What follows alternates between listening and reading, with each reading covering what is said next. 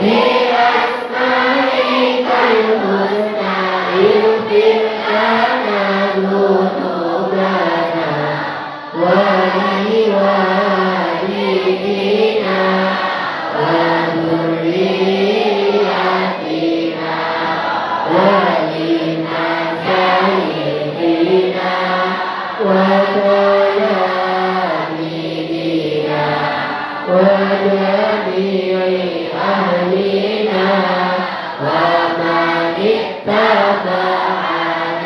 والمسلمين والمسلمات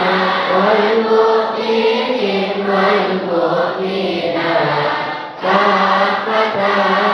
عامة الأحياء والأموات كفر عنا سيئاتنا واستر على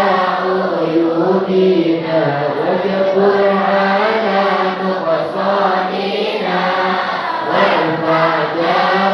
درجاتنا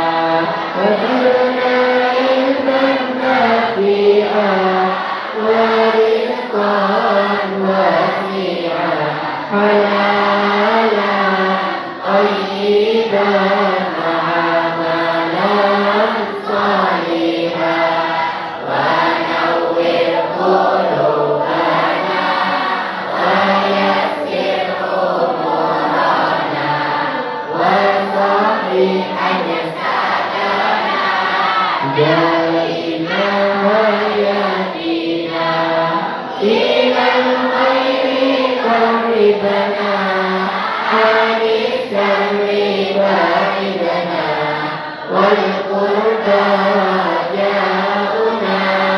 آخرا للمنهونا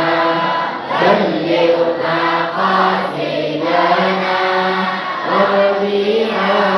حوائجنا والحمد لإلهنا الذي هدانا صل وسلم على طه